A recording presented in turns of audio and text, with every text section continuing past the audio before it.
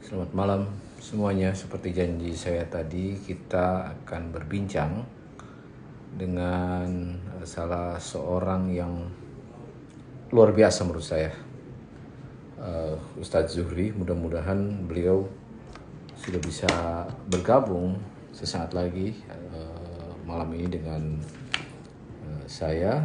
Saya harus kontak dulu yang bersangkutan.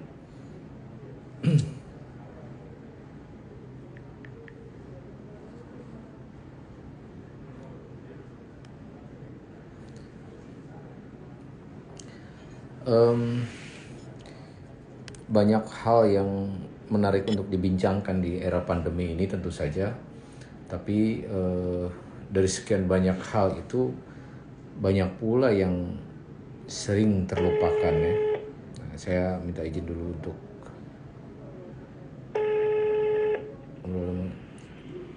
halo, Assalamualaikum Ustadz. Halo, assalamualaikum warahmatullah. Sudah bisa join di IG Ustadz? Bisa. Ditunggu ya, ditunggu ya. Oke Ustadz, Assalamualaikum.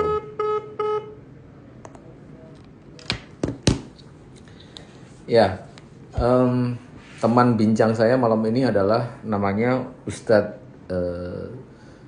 Haji Muhammad Juhri, SAG MM ya, Magister Management.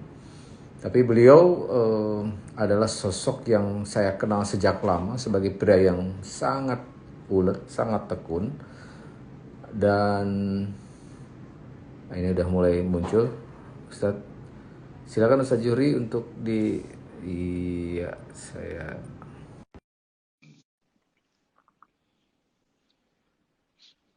Mudah-mudahan tidak ada hambatan.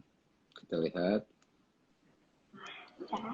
Assalamualaikum warahmatullahi wabarakatuh. Ustadz Juhri, apa kabar? Ustadz, apa kabar? Rupanya Ustadz, apa kabar Ustadz? Assalamualaikum.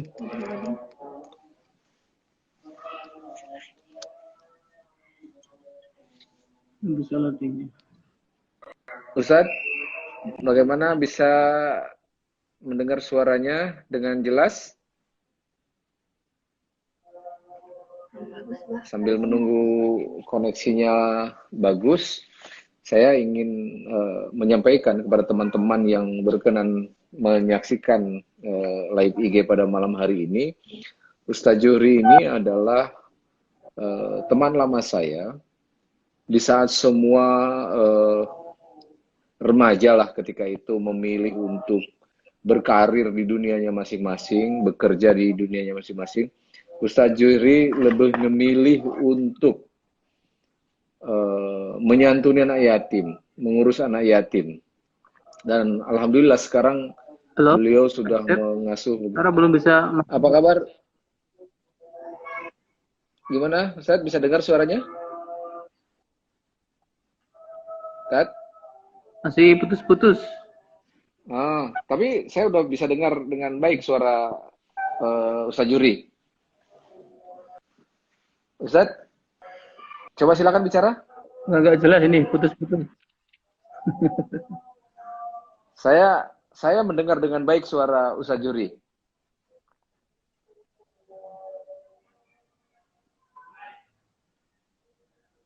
Halo? Mungkin bisa di luar ruangan, Ustadz?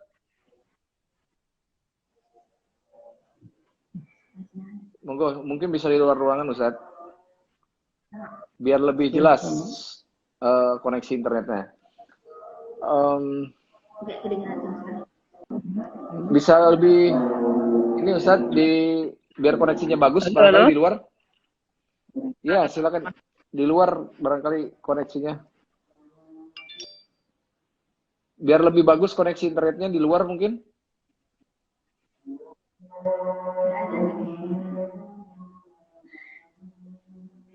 Tajuri. Halo. Iya, saya dengar. Iya. mungkin di luar ruangan atau di luar rumah mungkin lebih bagus koneksi internetnya. Coba. Hmm. Oke. Lagi ada. Hmm. Di situ mungkin udah relatif bagus. Tinggal diterangin dikit lampunya.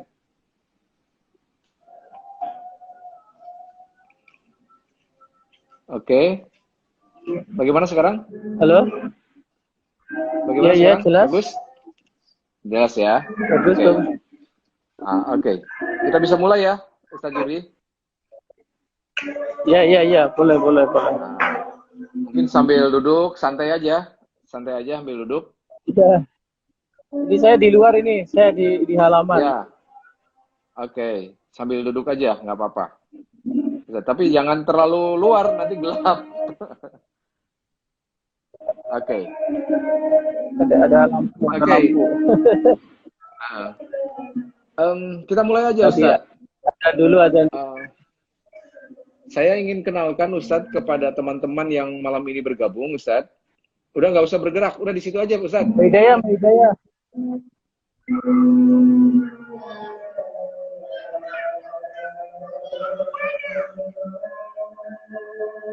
Adanya jangan pakai speaker dulu.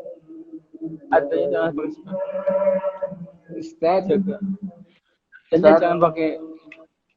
Halo? Ya. Udah nggak usah bergerak, duduk aja. Ya, siap. Oke. Bentar, masih posisi yang terposisi. Ya, kayak gini bagus. Oke. Baik, Ustadz, kita mulai saja ya. Saya ingin singkat saja memperkenalkan Ustadz Juhri ini adalah orang yang mendedikasikan dirinya berkarir di jalan Allah lah kira-kira gitu. Beliau memilih untuk mengurus anak yatim sejak lama sekali. Mungkin nanti bisa cerita sejak kapan dan berapa jumlah sekarang, termasuk di mana posisi dan lokasi rumah panti yang Ustadz asuh. Silakan Ustadz untuk awal memperkenalkan diri lah. Silakan, Tad.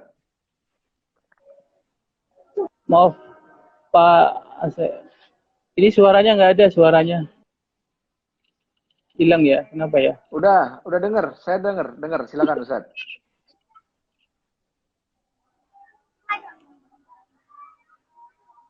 Bentar, saya cari yang lebih ini lagi.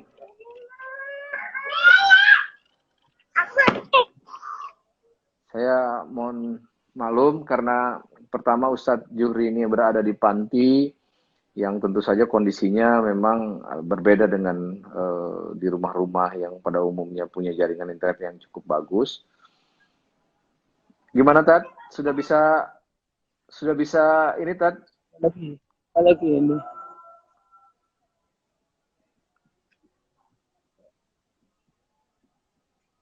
Halo, Ustadz? Halo, ya. Dengar suaranya? Sudah jelas? Oke. Jelas. Ya. Assalamualaikum. Udah nggak bergerak lagi, di situ aja, Tad. Assalamualaikum. Ya, assalamualaikum. Waalaikumsalam warahmatullahi wabarakatuh. Ini sudah banyak teman-teman yang bergabung dan penasaran siapa sesungguhnya sosok Ustadz Juhri yang saya undang malam ini untuk ngobrol dengan saya. Alhamdulillah pada malam ini bisa tersambung. Ustadz Juhri ini adalah teman lama saya, lama sekali kami sama-sama di pondok pesantren dulu. Bedanya kebanyakan dari kami itu memilih jalur memilih untuk bekerja atau berkarir di jalurnya masing-masing, di pekerjaannya masing-masing. Ustadz Juhri ini, subhanallah, memilih untuk menyantuni, memilih untuk mengurus anak yatim. Nah, saya ingin dapat cerita, singkat dulu aja mungkin Ustadz Juhri. Kenapa Ustadz memilih untuk menyantuni para anak yatim, piatu, yang kemudian mendirikan pondok sampai bisa sebesar sekarang ini? Ustadz, silakan, Ustadz. Terima kasih kepada para pemirsa yang berbahagia. Kenalkan, sebagai pimpinan Panti Asuhan Tahfidzul Quran. Terima kasih atas waktu yang diberikan kepada kami. Kami rintis panti ini, pesantren ini dalam kondisi krisis waktu itu. Jadi krisis pertama tahun 97, hari krisis yang kedua.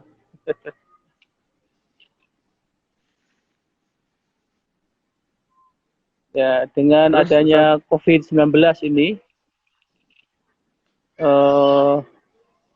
satu hal yang sangat berat bagi kami, karena di sini ada 156 anak yang harus saya biayai, saya tanggung biaya hidupnya, saya tanggung biaya sekolahnya, biaya kuliahnya. Dari 196 orang anak itu, berapa yang masih balita, berapa yang sudah SD, SMP, SMA, dan yang kuliah, Ustaz? Saya sampaikan dulu yang kuliah itu ada 51 anak. Yang SMA ada 45. Terus yang SMP 70, kemudian SD, dan yang balita itu ada 20 anak. Itu laki perempuan ya? Laki perempuan ya. Selama ini cara membiayai anak yatim sampai bisa stabil seperti itu bagaimana, Ustaz Zuhri? Bagaimana misalnya menghimpun dana untuk membiayai sekolah, untuk membiayai hidup sehari-hari para anak yatim ini, itu bagaimana, Ustaz? Baik, ini lampu mati ini. Jadi, saya masih bisa lihat. Nah. Untuk biaya hidup anak-anak ini, saya bikin perputaran ekonomi. Jadi, kenapa saya harus membangun ekonomi dulu di Anuriah? Karena pengalaman tahun 97, karena kita hanya mengandalkan kepada donatur, akhirnya kita nggak bisa bergerak. Maka untuk tahun ini menghadapi COVID-19, kami banyak bergantung kepada usaha-usaha yang kami rintis, terutama usaha-usaha ekonomi. Tapi masalahnya kan sekarang usaha itu kan berhenti juga, Ustadz, karena COVID ini yang jadi hal yang sangat berat itu. Dalam kondisi seperti ini, ekonomi juga terhenti. Betul. Seperti penjualan tahu, penjualan bakso, akikah, gas LPG, mengalami hal yang sangat sulit gitu ya. Betul. Ya. Nah, kalau partisipasi yang bersodakoh, beramal, masih tetap jalan ke panti, Ustadz? Ya, kita bayangkan dalam kondisi ekonomi sulit seperti ini kan, orang untuk berinfak harus ada kelebihan harta ya. Betul. Sedangkan mereka untuk mempertahankan hidup anak-anak mereka dalam situasi sekarang ini juga sangat sulit gitu ya. Sehingga ya donatur-donatur yang ke panti juga sangat sedikit gitu ya. Berkurang ya? Oh, jauh. Saya tidak bisa membayangkan bagaimana mengurus ratusan anak yatim dalam kondisi sulit seperti sekarang ini. Pengaturannya bagaimana, Ustadz? Ya, saya lebih banyak pinjam dulu sementara. Mhm. Pinjam di Pegadaian, surat mobil saya gadekan dulu, terus saya pinjam ke PPR, itu untuk menopang kehidupan anak-anak ini. Saya memang banyak hutang ini untuk tahun ini. Nah, untuk informasi bagi yang siapapun yang menyaksikan live IG ini, jika Anda ingin menjadi donatur berapapun jumlahnya, nanti bisa berhubungi saya atau hubungi IG-nya Ustadz Zuhri ya. Asal Iya, untuk diketahui bahwa ada ratusan anak yatim piatu yang tinggal di Panti Anuria, pimpinan Ustadz Zuhri ini, yang setiap harinya memang membutuhkan tidak hanya untuk kebutuhan hidup, tetapi juga untuk biaya pendidikannya. Mereka adalah anak-anak bangsa ini, anak-anak negeri ini yang sesungguhnya harus mendapatkan perlakuan yang layak hidupnya, pendidikannya, dan masa depannya. Dan sosok Ustadz Zuhri yang saya kenal ini adalah sosok yang memperjuangkan secara konsisten sejak awal dari 96 hingga sekarang mengasuh anak yatim. Ustadz, saya pengen dengar cerita deh. Anak-anak yatim ini apakah ada yang mengantarkan atau ditinggal begitu saja atau bagaimana prosesnya bisa sampai ke panti, Ustadz? baik, untuk 2 tahun ini anak-anak asuh yang ada di Anuriah rata-rata anak-anak yang ditelantarkan sama kedua orang tuanya. Jadi mereka yang dibuang di pinggir jalan, di pinggir tol, di bak sampah. 2 tahun ini udah saya hitung 15 anak, 15 bayi. Subhanallah, di tahun 2019, 2020 ini aja udah 15 bayi ditelantarkan orang tuanya dan diantarkan ke panti gitu ya? 2019 sampai 2020 itu ada 15 bayi yang dibuang sama kedua orang tuanya. Ya.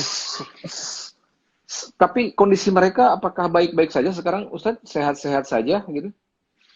Atau ada yang sehat. sakit? Sehat, semuanya sehat, gemuk-gemuk. Karena untuk anak-anak ini memang saya prioritaskan. Berapapun biayanya, yang penting anak telantar ini bisa gizinya bisa saya cukupin ya. Ya kadang banyak orang ngasih susu, ngasih pampers, tapi hanya sebatas bantuan lah, tidak mencukupi untuk 15 bayi ini. Tapi yang bayi ini, yang mengasuh bayi ini ada berapa orang? Kan bayi itu kan butuh perawatan khusus gitu ya. Jadi kalau di sini sistem kakak asuh. Jadi anak-anak yang siswa itu mengasuh adik-adiknya. Anak-anak yang SMA yang tahun ini lulus juga ada tanggung jawab untuk mengasuh adik-adiknya. Jadi setiap tahun ada anak 15 anak yang lulus. Kemudian kakak asuhnya juga cukup banyak di sini, ada 31 yang mahasiswa yang kuliah akuntansi di tempat ini, yang sisanya kuliah di Jogja, di Wonosobo, tetapi tetap biaya dari sini. Jadi anak-anak ini secara status ini seperti apa, Tat? Secara status hukum seperti apa, Tat?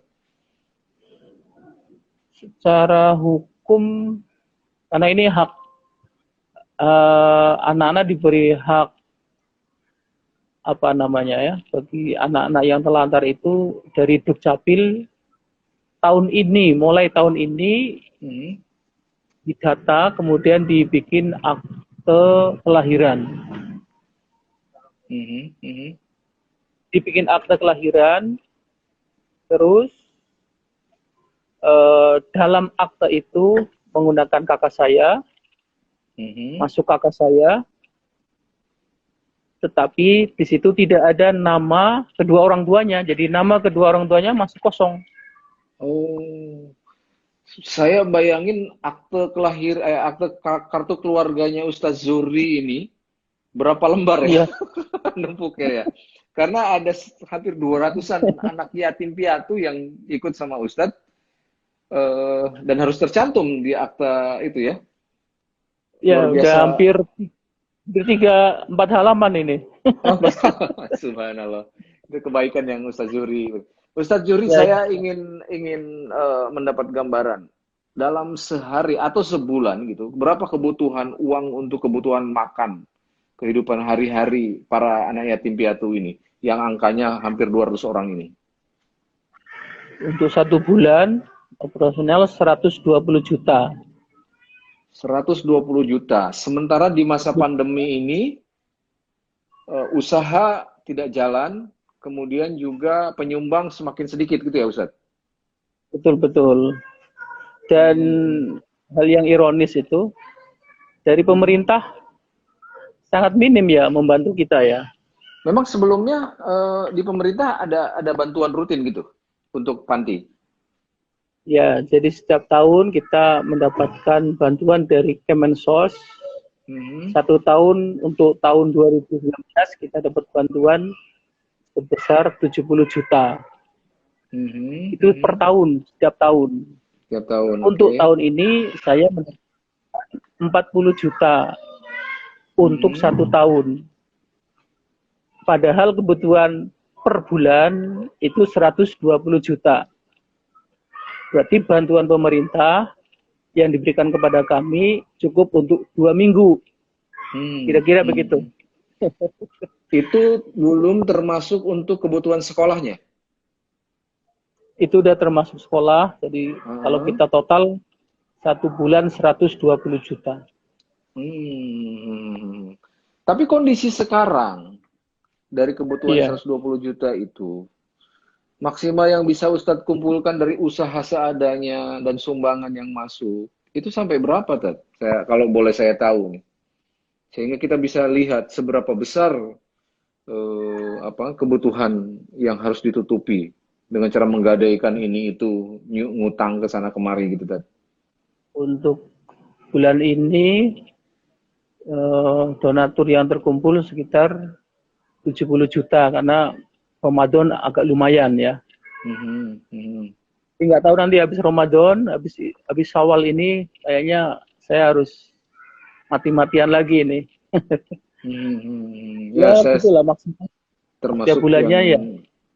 sangat berdoa mudah-mudahan segala kesulitan itu bisa diatasi ya, Ustaz Zuri ya. Betul. Ustadz, dari anak yatim anak yatim piatu yang pernah, ya saya juga nggak tahu ya anak yatim piatu atau bukan, karena mungkin saja orang tuanya masih hidup ya Tad ya. Tapi yang Iya, diterlantarkan ya, yang diterlantarkan. iya.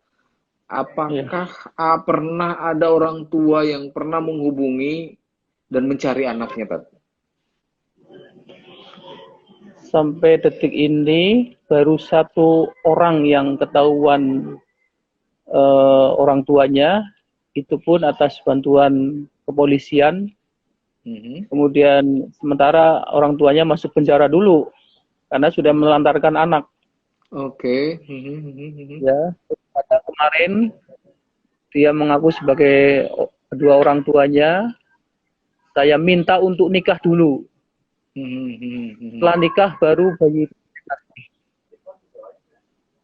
Dari Itu 15 anak itu baru satu orang tua yang masih sayang sama anaknya. Yang lainnya udah nggak ada rasa sayang lagi.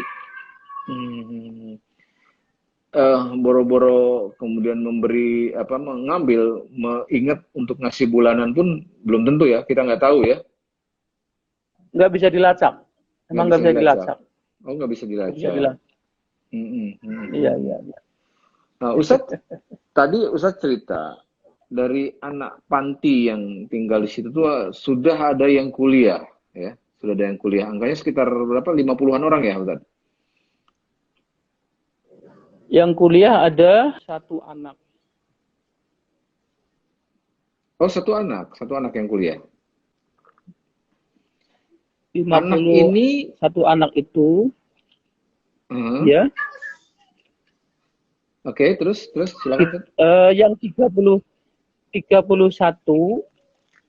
itu saya bikin kampus sendiri, akuntansi. Oh, iya. Untuk 2 Kuliah tahun mandiri ini. gitu ya.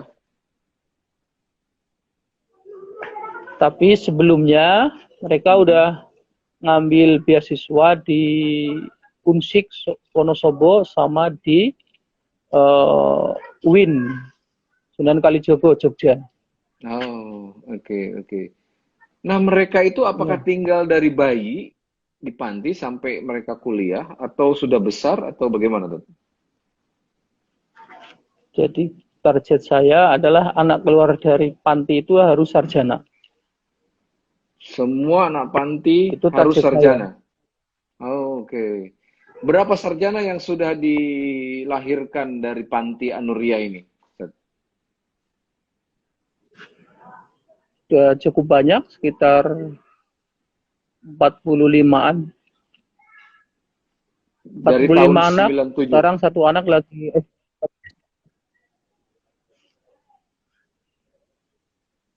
Dari tahun 97 itu sudah 45 anak yang sudah menjadi sarjana. Ustaz. Yang sarjana aja. Mhm. Kalau dulu kan kita belum nyekolahin nyampe kuliah belum. Tapi untuk 5 tahun ini kita mencoba untuk memasukkan anak-anak kuliah. Oh, iya. Ya. Jadi dulu mungkin sampai SMA gitu ya. Udah ada, ya.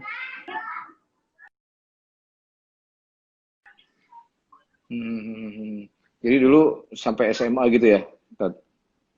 Dulu sampai SMA, tapi untuk 5 tahun ke belakang ini karena mereka programnya tahfidz. Jadi anak-anak yang udah lulus SMA rata-rata udah selesai 30 juz.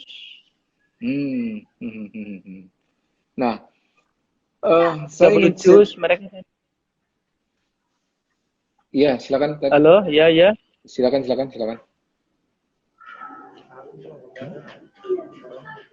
Halo. Ya, saya ingin lebih mendalami tentang mereka belajar menghafal Al-Quran. Iya. Apakah sudah ada atau berapa orang yang sudah menjadi penghafal Al-Quran yang dilahirkan oleh panti, Ustaz? Setiap tahun itu kita menghatamkan 30 juz bil ghaib berarti ya. Hafal 30 juz itu 12 anak minimal. Minimal 12 anak. Itu usianya tidak berbatas ya, Tat ya? Rata-rata di sini 4 tahun lah. Dari SMP, SMA, itu SMA kelas 3 sudah selesai 30 juz.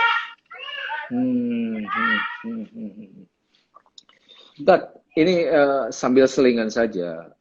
Saya tahu ini mungkin tidak mengenakan, tapi harus kita sampaikan sama-sama. Barangkali bagi teman-teman yang menonton, nanti juga akan saya reproduksi, akan saya siarkan. Kita sama-sama mengetuk pintu hati agar ada dermawan lah yang mau berbagi barangkali. Apalagi di masa sulit seperti sekarang ini. Untuk kebutuhan hidup para anak yang ada di panti maupun untuk kebutuhan pendidikannya yang tadi Ustadz paparkan dalam kondisi pandemi ini sangat memprihatinkan gitu. Silakan, Tat.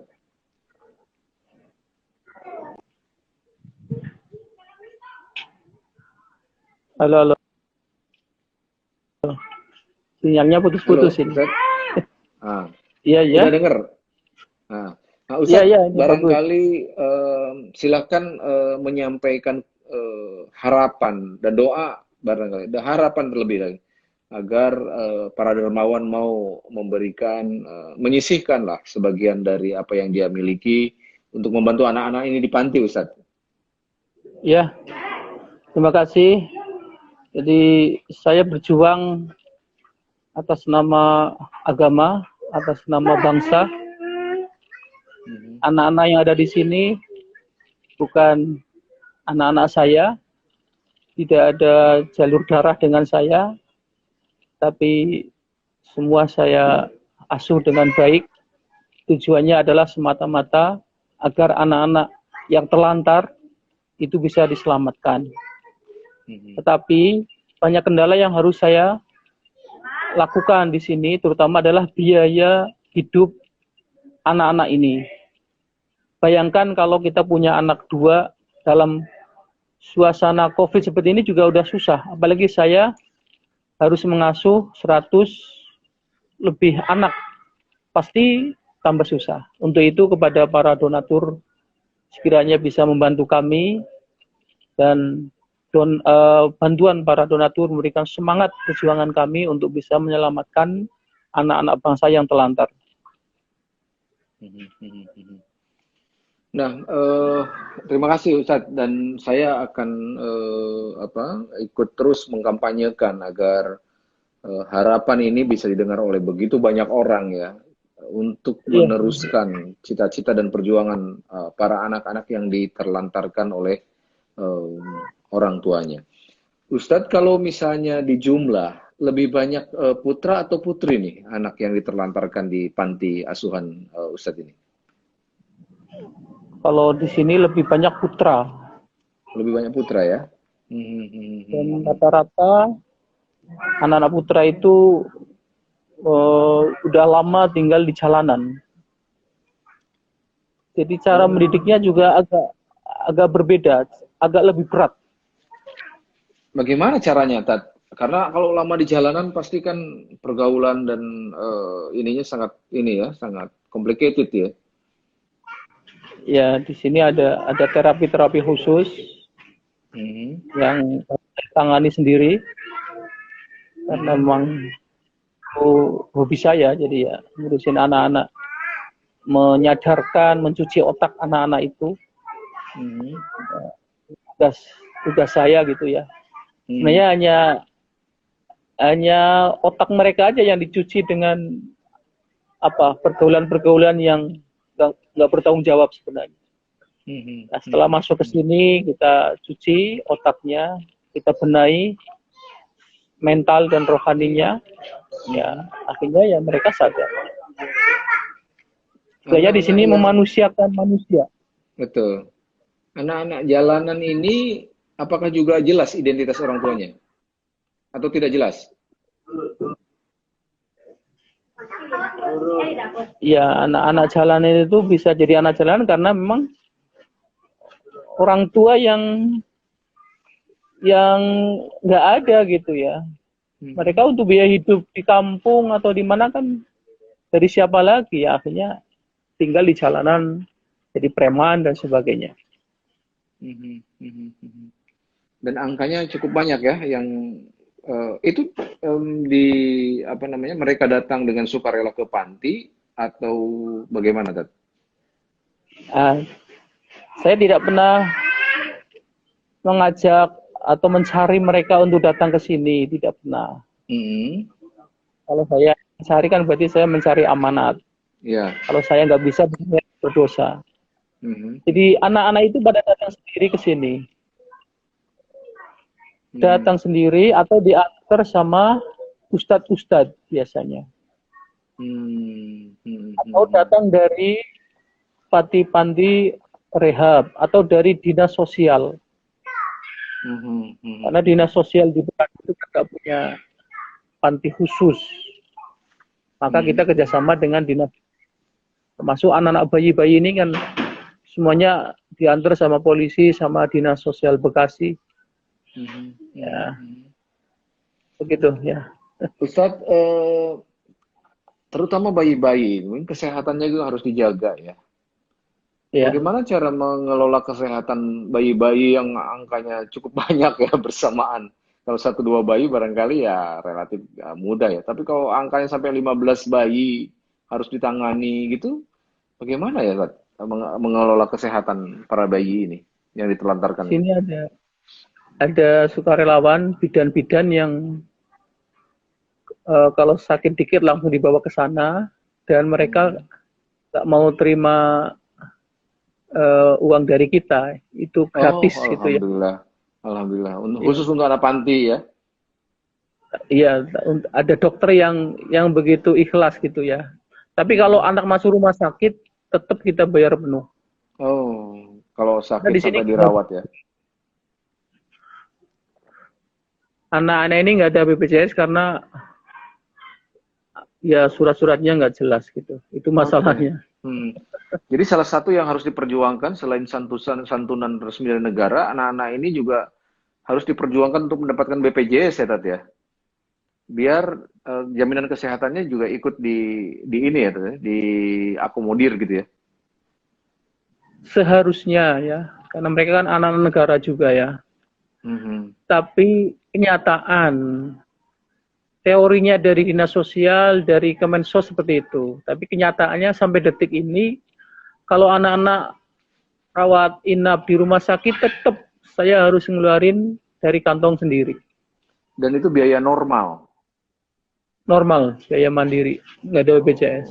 Oh, Pernah mencoba untuk memperjuangkan BPJS untuk anak-anak panti ini, Tat? Udah sering, Mhm. Dan hasilnya tapi belum ada. apa alasan atau jawaban kemudian anak panti ini tidak bisa mendapatkan BPJS? Alasannya di surat-surat itu. Oke, karena orang tuanya tidak ada. Tapi bukankah secara kartu keluarga sudah masuk dalam kartu keluarganya Ustaz Juri, anak-anak ini? Bagian anak yang masuk ke kakak saya. Mhm. Ini anak-anak yang ada BAP dari polisi. Sementara kan banyak anak-anak yang saya ambil sendiri malam-malam, ada yang diantar oleh orang tiba-tiba ada di depan panti, Mhm. ya, ada yang warga ngantar ke sini, itu kan tanpa BAP polisi. Yep. Itu sulit itu untuk ngurus akte kelahirannya itu nggak bisa sampai detik ini. Mhm. Mhm. Mhm. Karena identitas yang tidak jelas dari anak-anak ini, gitu deh. Tidak ada Jadi, BAP dari polisi, tidak ada surat serah terima dari rumah sakit, dari dinas dan sebagainya. Itu yang sementara bagi Dukcapil itu mengalami kendala yang luar biasa. hmm, ada berapa Ini hak banyak sipil. Ada berapa banyak yang anak panti yang seperti ini, yang tidak ada surat-suratnya dan tidak bisa mengurus itunya, apa namanya, tidak mengurus akte kelahiran misalnya. Dari yang ada di sini ada sekitar 11 anak. 11 anak. Usia rata-rata Usia 8 bulan. masih. Nyampe Mhm. mau nikah. Mau nikah Ya aja Allah, belum punya, nggak ada akte. nggak ada akte. Jadi barangkali yang paling mungkin nikahnya nikah agama begitu ya, Ustaz? Ya, terpaksa harus nikah seperti itu. Mhm. Tapi kalau sebenarnya umur 17 tahun itu udah bisa ngurus sendiri. Mhm. Mhm. Mhm. Mhm. Ya. Kemarin ada Mhm. satu anak yang mau nikah, kesulitan karena orang tua nggak bisa dilacak, data-data nggak ada, jadi bingung juga itu. Mhm. Mhm. Itu Ya, masalah betul.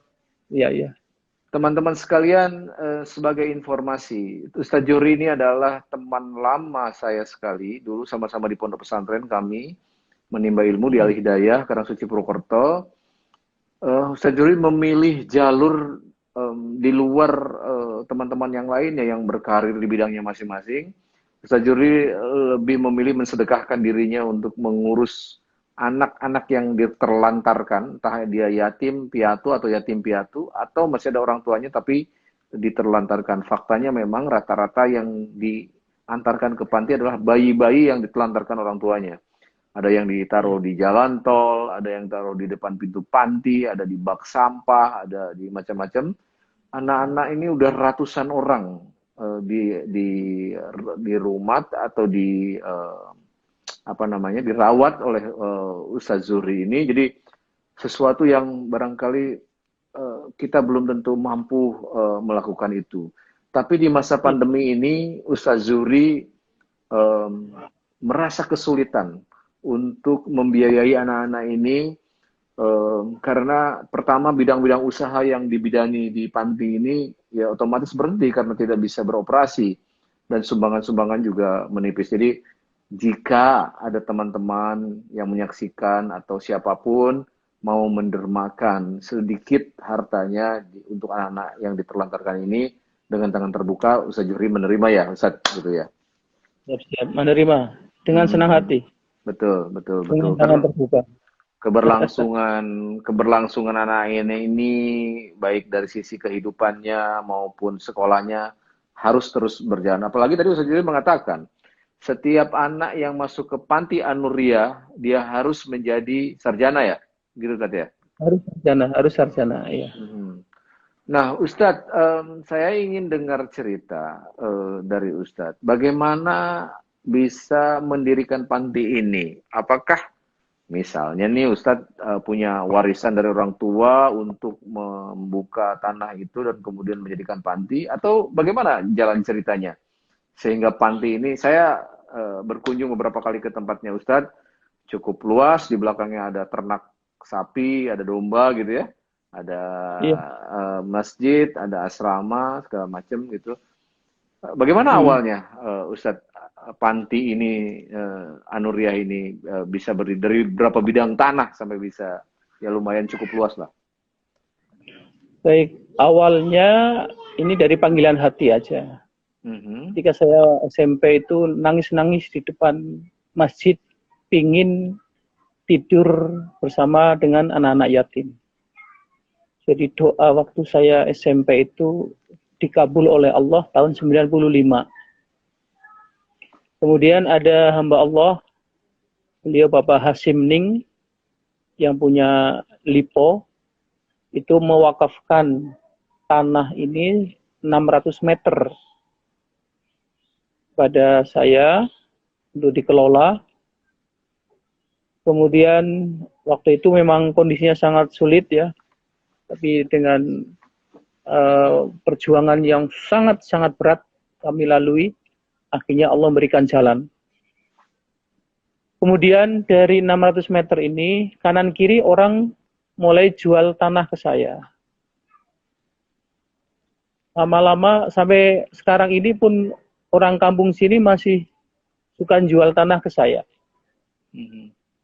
Ya, di saat ada kelebihan rezeki, di situ orang menawarkan tanah. Ya, ini hal yang Allah yang ngatur semuanya ya, bukan saya. Mujizat lah. Jadi untuk detik ini, untuk lokasi panti aja udah hampir 1 hektar ini lebih. Subhanallah. Ya. Jadi semua karena izin Allah semata, ya. Perjuangan saya berarti diridhoi oleh Allah. Masalah apa saya bisa beli ini dan itu ya Allah juga yang ngatur semuanya. Tapi saya tidak pernah meminta sama para dermawan untuk beli ini, nggak pernah. Semuanya secara tiba-tiba aja gitu ya. Ketika saya butuh, saya mohon sama anak-anak untuk bisa menyelesaikan pembelian tanah, akhirnya ada donatur yang tiba-tiba aja gitu ya, tiba-tiba memberikan dana untuk pembelian tanah itu. Kan itu bukan rencana saya, itu juga rencana Allah juga.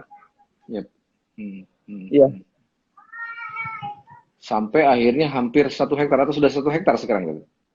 Sudah lebih ini. Lebih ya, alhamdulillah. Dari luas itu berapa yang didirikan bangunan untuk asrama tempat tinggal anak-anak panti ini? Asrama sekitar 6.000 meter. Di belakang ada pabrik tahu, itu 1.000 meter. Kemudian untuk sapi ada 2.000 meter. Kemudian kemarin baru kita bebaskan 1.200 untuk kambing. Ya, misalnya untuk halaman Halaman ini cukup luas sekarang ini. Karena kalau acara wisuda 30 juz kan yang hadir cukup banyak, jadi saya bikin lapangan khusus untuk acara wisuda itu. Iya.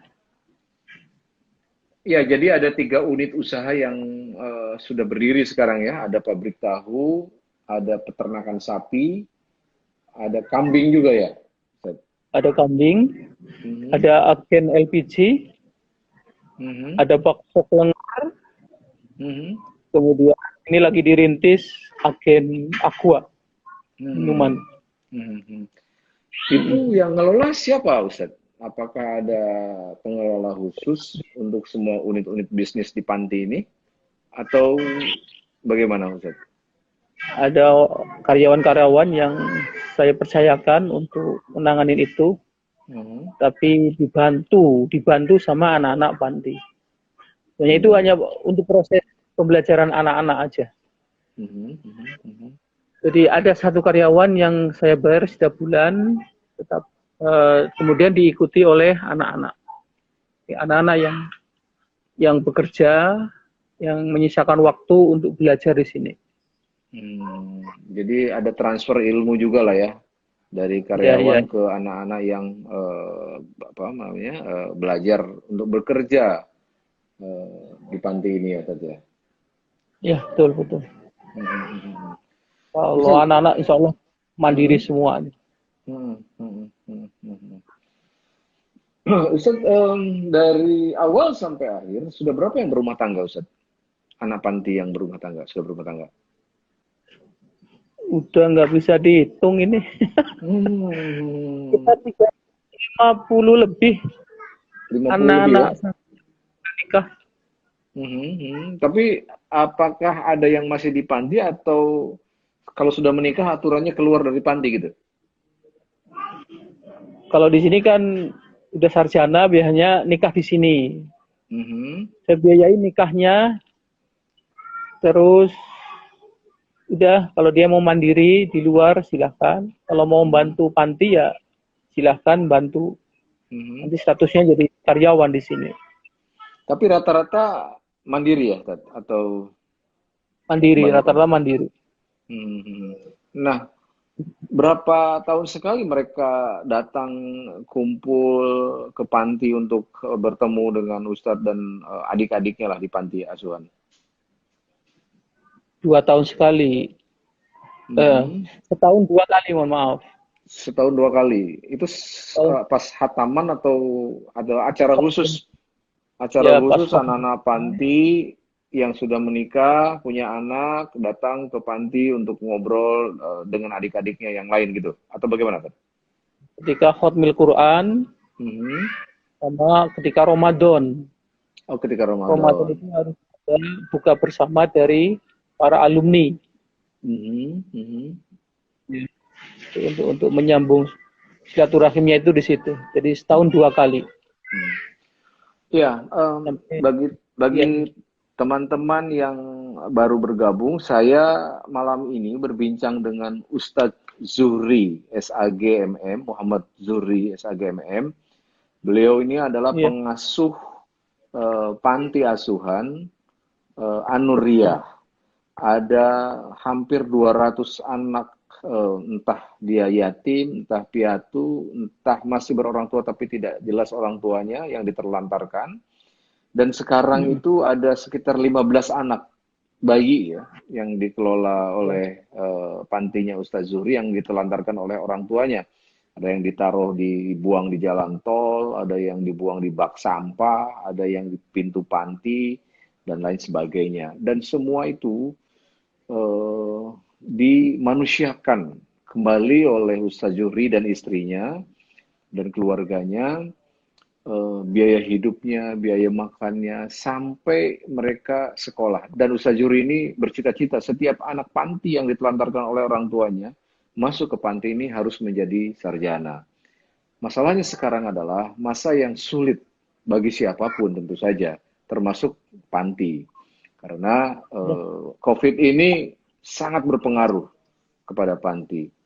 kebutuhan uang sekitar 150 juta untuk biaya panti setiap bulannya sangat berat saat ini bagi Ustaz Juri. Oleh karena itu, bagi siapapun teman-teman yang menyaksikan live IG ini, jika terketuk hatinya untuk berbagi berapapun nilainya, itu sangat berarti bagi panti yang diasuh oleh Ustaz Zuhri ini ya. Begitu Ustaz kira-kira ya?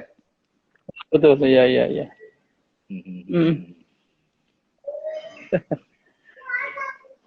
Dan harapan satu-satunya dari saya adalah supaya anak-anak ini bisa mandiri sebenarnya. Kalau balas jasa pada panti itu nomor 100 lah. Betul.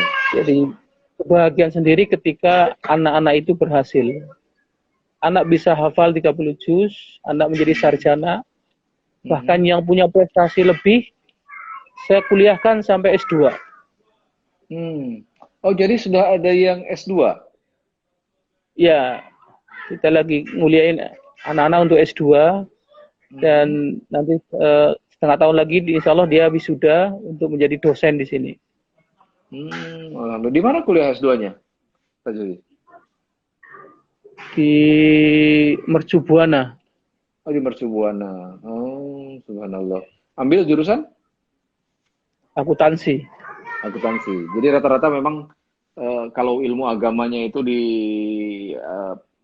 diampuh di pondok gitu ya, di panti. Lalu kuliah-kuliahnya rata-rata memang ngambil ekonomi gitu ya, Pak Ustaz Zuhri ya? Iya, iya. Betul.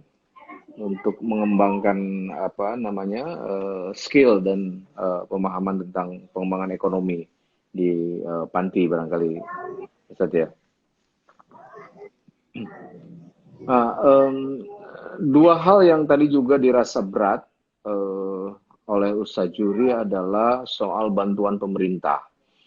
Kemudian juga administrasi anak-anak ini. Ya kalau administrasi selagi masih bisa dalam lindungan panti sih masih oke. Tetapi bantuan pemerintah barangkali adalah hal yang harus diperjuangkan bersama-sama gitu ya Ustaz. Bagaimana anak-anak panti ini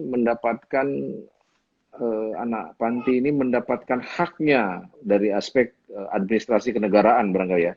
Surat akta lahir yang kemudian dia bisa mendapatkan BPJS sehingga kalau sakit dia bisa dirawat begitu ya, mendapatkan haknya.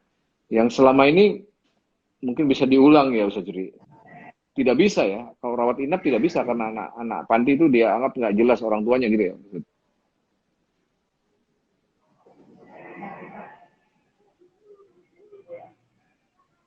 Halo Ustaz?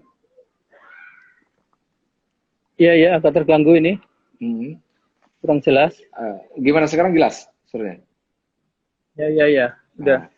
Ya, dua hal yang tadi saya sampaikan bahwa kesulitan mengelola anak panti ini secara administratif, secara hukum status anak ini ya, yang kemudian kedua hak-hak dia untuk mendapatkan layanan kesehatan seperti BPJS dan lain sebagainya juga menjadi sulit gitu ya. Betul ya Ustaz ya? Betul, betul. Sangat sulit. Terutama layanan kesehatan sulit. Itu. Padahal itu sangat dibutuhkan oleh anak-anak panti ini ya. Iya, iya. Mungkin kalau sakit biasa bisa ke dokter atau ke bidan ya. Kalau bayi-bayi sih ke bidan. Tapi kalau udah rawat jalan itu agak sulit. Kita apalagi harus sampai nyiapkan rawat inap. Iya, rawat inap itu udah berat itu. Ustaz Zuhri, dari hampir 200-an anak yatim, anak panti yang diasuh, pernah nggak dalam satu hari misalnya sakitnya belasan atau mungkin puluhan orang itu? Nggak nyampe, paling 5 anak. Bersamaan sakit ya? Sama-sama. Berbarengan itu 5 anak langsung DPD itu bisa nyampe 10 anak kena, tapi bergantian. Dan semuanya masuk rumah sakit rawat inap. Dan itu harus biaya sendiri? Biaya sendiri. Karena tidak ditanggung oleh BPJS. Betul. Ya. Ya, saya tahu ini berat, Ustaz Juhri, dan saya tahu juga Ustaz Juhri tidak akan berhenti berjuang untuk memuliakan anak-anak yatim ini, anak-anak yang diterlantarkan orang tuanya ini. Apakah Ya, Ustaz Juhri juga mau menyampaikan, barangkali nanti ini tersebar kemanapun, kepada orang tua yang pernah menterlantarkan? Kira-kira panti ini juga akan tetap membuka diri untuk mempertemukan mereka, Ustaz, dengan para orang tuanya? kami siap untuk mengembalikan anak-anak ini kepada orang tua Mhm, dengan syarat anak itu jangan ditelantarkan lagi. mhm, Ya, karena itu kan hak orang tua untuk mengambil anak. Ya, tapi eh, kenyataan ini akan terus bertambah, bertambah. mhm, mhm, Karena banyaknya pasangan-pasangan yang tidak bertanggung jawab, yang hamil di luar nikah. mhm, mhm, Apalagi tontonan-tontonan yang mempengaruhi anak-anak muda sekarang itu kan jiwa mereka labil ya. Ketika mereka panik pasti buang anaknya. mhm, Saya rasa ini juga pemerintah harus apa ya, punya panti khusus untuk menampung anak-anak ini mhm, mhm, yang semuanya dibiayai oleh pemerintah. Nah, kalau semuanya dititipin ke panti swasta sedangkan dari pemerintah nggak ada partisipasi, saya harus nyari sendiri, nyari susunya, nyari pampasnya, kan rasanya tambah berat ini. mhm, mhm. Dan angkanya akan terus bertambah ya, Tat ya? Kan terus bertambah, Mhm, pasti itu. mhm, mhm, mhm, mhm. Tapi yang pasti tekad Ustaz Juhri untuk mengasuh mereka tidak akan pernah surut lah, kira-kira gitu ya, Tat ya? Insya Allah ya. Ya Berapapun meski. anak, Mhm, saya akan berusaha untuk menampung mereka mhm, semampu saya ya, mhm.